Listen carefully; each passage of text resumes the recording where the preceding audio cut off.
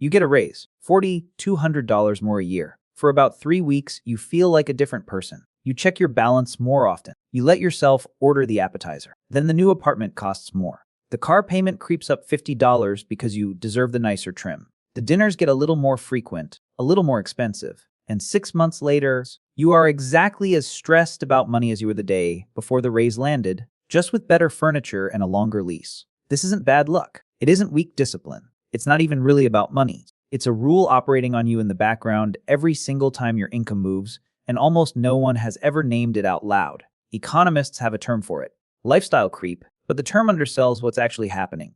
It isn't creep, it's a reflex. And once you see this reflex clearly in your own bank account and in the bank accounts of nearly everyone you know, you start to notice something strange. The people who actually become wealthy are not the ones who avoid the reflex through willpower. They're the ones who structurally cannot act on it because they've built a wall between the money and the moment. That wall is the entire subject of this video. Here is the inversion the wealthy understand almost by instinct, and that almost no one else is ever taught. Money doesn't make you wealthy. The distance between your money and your reactions does. Read that again, because it reframes everything that follows. Poor and middle class financial life, in almost every case, is a life of constant reaction, reacting to bills, to emergencies, to interest rate changes, to a slightly higher grocery bill this month than last. Wealth, in its truest and most stable form, has almost nothing to do with the size of the number in the account. It is simply the width of the gap where a person no longer has to react at all. That gap is the entire game.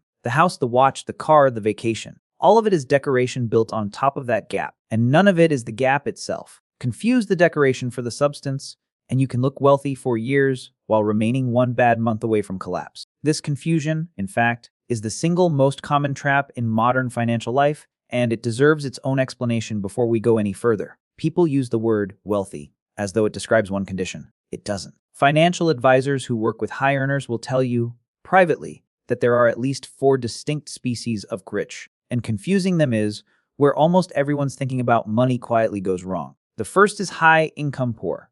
This is the surgeon, the corporate attorney, the senior software architect, household income comfortably past $300,000 a year, and a net worth that could be wiped out in 14 months without that paycheck.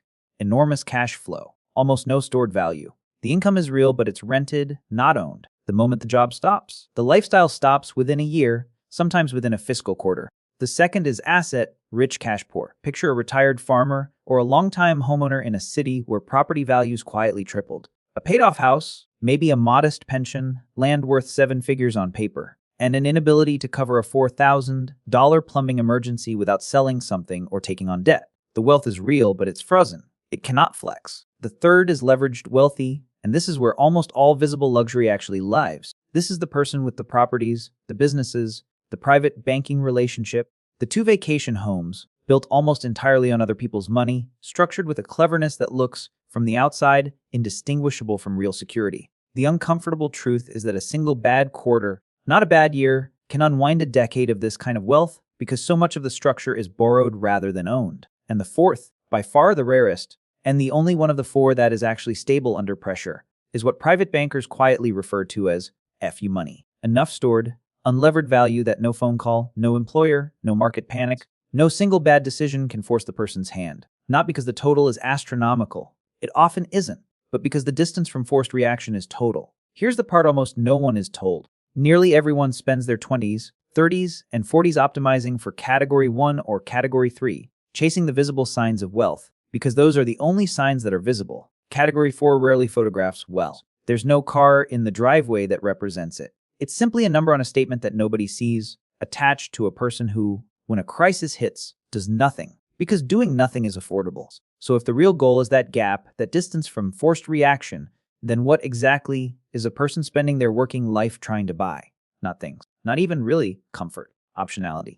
Every dollar that isn't required to be spent today is a dollar that can say no tomorrow. No to the job that's slowly grinding someone down. No to the business deal that smells wrong. No to the relative asking for a loan the person secretly can't afford to give but feels too cornered to refuse. The wealthy are not, on average, sharper negotiators or better readers of people. They simply arrive at the table with more usable no available to them. And in almost any negotiation, whether it's a salary discussion, a business acquisition, or a divorce settlement. The party who can walk away without real damage is the party who wins the terms. There's an old phrase for this inside private banking circus: the walk-away premium. It's the extra value a person extracts from virtually any deal, purely because the other side consents, often without being told explicitly, that this person can survive without the deal at all. You cannot fake this convincingly for long. Either the reserve genuinely exists, or it doesn't, and skilled negotiators on the other side of the table can almost always tell the difference within the first 10 minutes. This is why two people with identical job ties and identical salaries can have wildly different lives 5 years later.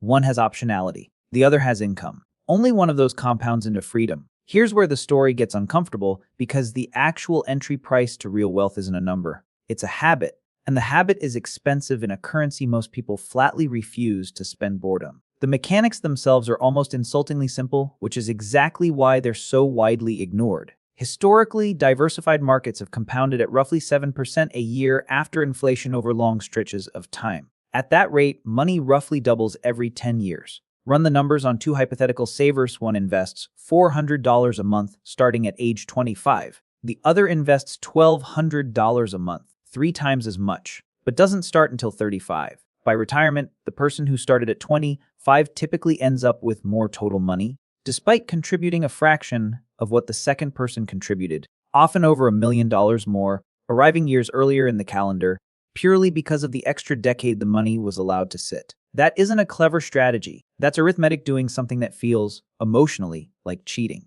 And yet almost nobody actually does it, because the early years of consistent investing are visually nothing. Year 3 of a disciplined habit looks, on a chart, almost identical to year 0. A flat, unglamorous line that gives no dopamine, no story to tell at a dinner party, no immediate proof that any of it is working. The wealthy did not discover a secret return that beat everyone else's. In the vast majority of cases, they simply tolerated 10, 20, 30 years of a graph that looked, for most of that time, like it wasn't doing anything at all. Boredom, sustained long enough without flinching, is the actual entry fee to compounding, and it's a fee most people quit paying somewhere around year 2, right before the curve would have started to bend upward and reward them for staying. Now trace where that patient money actually goes once it's built, because this is where the second hidden rule of wealth lives, and it explains something that confuses almost everyone the first time they encounter it. Picture the flow of a single ordinary paycheck. It lands in an account. Within days, sometimes within hours, it exits again: rent to a landlord, groceries to a supermarket chain, gas to an oil company, a subscription fee to a media conglomerate. That money moves downstream, away from the person who earned it, and in most cases it never returns. This is the financial life almost everyone lives, and there is nothing wrong or foolish about it. It's simply the default state of an income-only existence.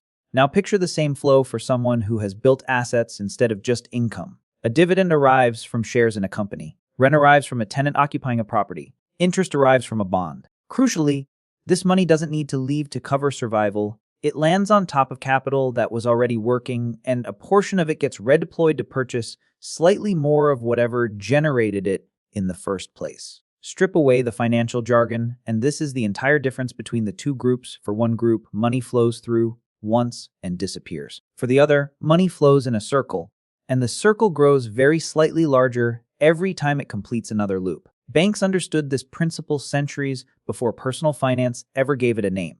A bank does not want deposited money to sit idle. It wants that money lent out so it can be repaid with additional money layered on top, and then lent again and again, each cycle slightly larger than the last. The wealthy, in effect, simply turned themselves into the bank. Their income stopped being a paycheck they were handed for showing up and became interest, dividends, and rent instead. 3 different words that all describe the same underlying idea: being paid for what you own, rather than paid for what you do. This is also why so many wealthy families obsess, almost to the point of appearing paranoid, over what they call productive assets versus consumption assets. A car is consumption. It only ever flows money out. A rental property, a share of a profitable business, a royalty stream, these are productive because money flows back in. The habit of sorting every purchase into one of these 2 categories instinctively before spendings is one of the quietest and least discussed markers separating the 4 categories described earlier. Here's the part that genuinely surprises almost everyone who encounters it for the first time.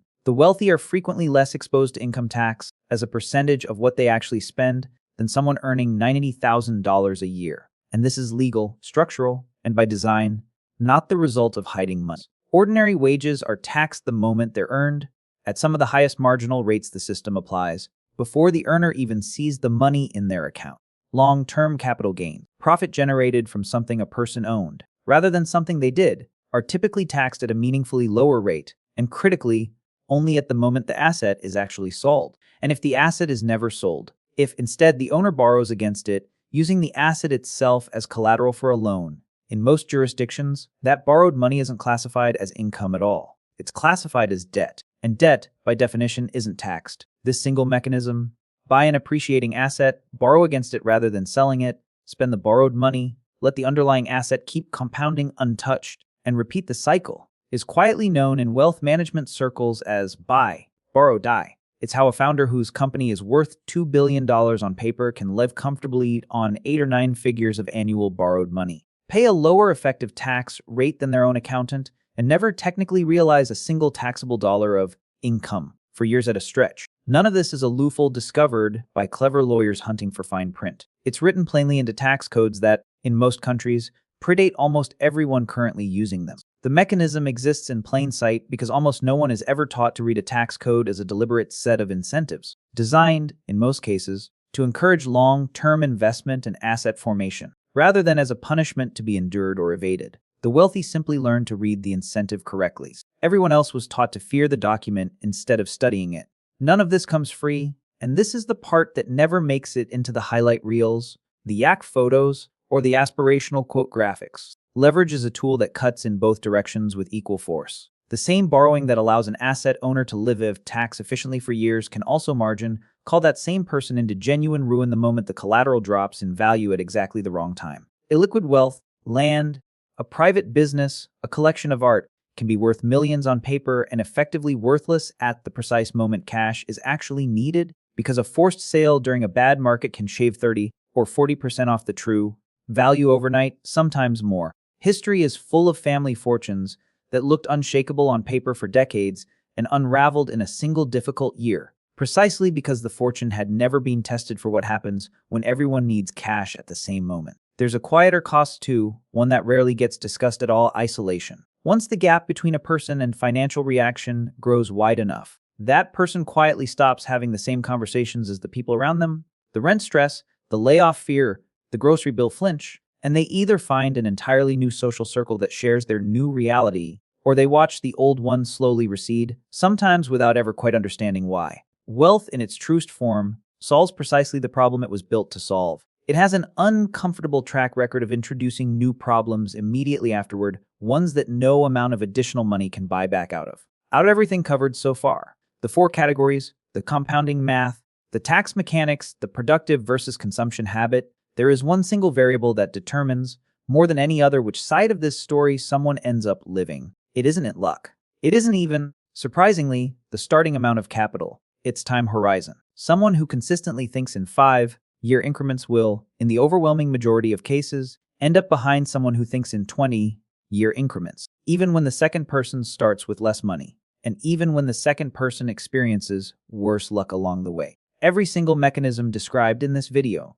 compounding the walkaway premium, buy, borrow, die, the productive asset habit, is fundamentally a function of duration held, not size of starting capital. A founder worth $2 billion and an ordinary investor with a retirement account are mechanically using the exact same tools. The only structural difference between them is how many decades each is genuinely willing to let those tools run before touching the result. This is, in a strange way, the most democratic fact in all of personal finance, and also the most quietly demanding one. The tools are available to almost anyone with access to a basic brokerage account. What's rare isn't access. What's rare is the willingness to hold a position untouched for longer than feels emotionally comfortable, through recessions, through boring years, through moments when every instinct says to check the balance and do something about it. Take 2 people. Same starting salary, $60,000 a year. Same city. Same rough decade of raises and promotion. The first spends every raise almost as soon as it arrives. A newer car here, a bigger apartment there. Nicer vacations as income allows, and reaches retirement age with a net worth of roughly $110,000. The overwhelming majority of it locked in home equity that took 30 years to build and can't easily be spent without selling the house itself. The second banks each raise before lifestyle can absorb it, invests 15% of income starting in year 1, and lets that money run largely untouched, for 32 years at that same unglamorous 7% historical rate. That second person retires with just under $1.4 million.